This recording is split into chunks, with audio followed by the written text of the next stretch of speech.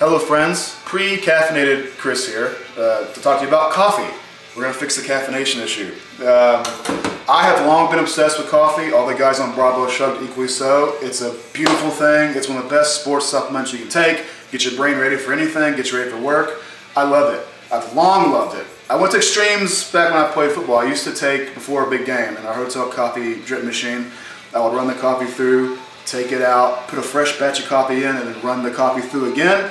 I don't recommend you do any kind of silliness like that, and I especially recommend you get rid of your evil drip coffee machine. This just doesn't do the coffee justice. My essential basic equipment: kettle for the water. In this kettle I have cold fresh water that I brought up to the boil, let it sit for about a minute, minute and a half. Do not put boiling water over your coffee. That's not a very sexy thing to do. French press, tried and true, and the best things you can have. Inside, the most important ingredient, of course, is your beans, or are your beans, sorry for the grammar police out there. Coarsely ground in a bird grinder. Janie, get a shot of the bird grinder. This is the cheap, simple one. Bird grinders give you a uniform chop, a uniform brew. Cool. The beans came from Fresh Market, or also Whole Foods is usually pretty good. Why? Because I usually know when and where they were roasted.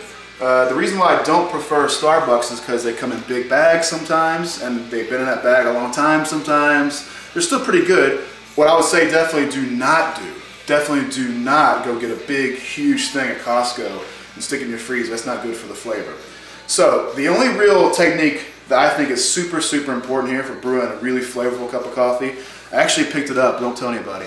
I picked it up from Rachel Ray. I know. I know, but I watched her brew coffee like 10 years ago on her silly little Food Network show, but this makes your coffee taste better. So, in my opinion, coffee is like women. Jane's gonna laugh. The slower you go, the better result you're gonna get. So watch what I do here. I'm just gonna drip it in slowly, kind of uniformly over my coffee beans. What this does is kind of blooms it. A lot of people just dump the water in. I don't think that tastes as good, I'll be honest with you. One thing you're gonna notice is it starts getting bubbly, and kind of the creaminess starts coming to the top. That is a good sign, homie. That is a good sign.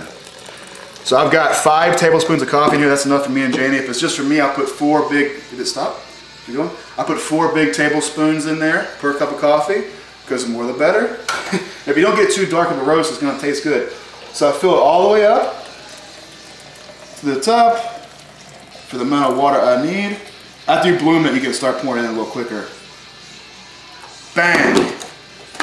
Let that sit at least 4 minutes. And once this is ready, I'm gonna show you how to turn this coffee into some Bulletproof Coffee. It's been 4 or 5 minutes. We have the most beautiful thing I ever saw, especially early in the morning, in my hand. How do you make this into Bulletproof Coffee? And why would you do that?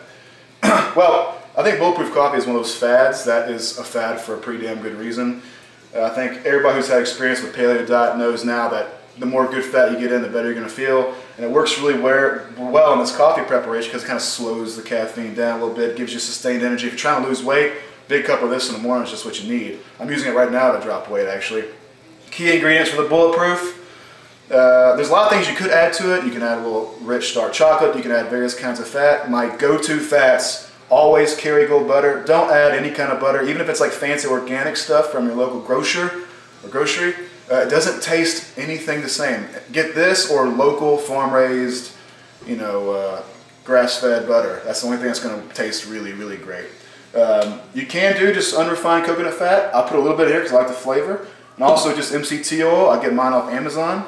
So, to do it, put that fat in the blender, press down ever so gently on your French press. Get the little filter lined up, pour in. And yes, I do this every single morning because this is that good. Put a top on it. Now the key thing with a hot blender, you'll learn this from any kind of cooking experiment you might do. Hot liquid, don't seal your blender, or you're gonna get an explosion of hot liquid all up in your face. We're gonna gently stir. Look what magic happens. I don't know. Jane, how long do you think? 10, 20 seconds? Is all it takes?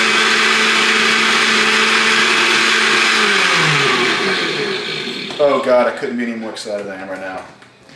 The highlight of anybody's day. And check it. if you make this, you're never gonna be satisfied with just a plain latte again.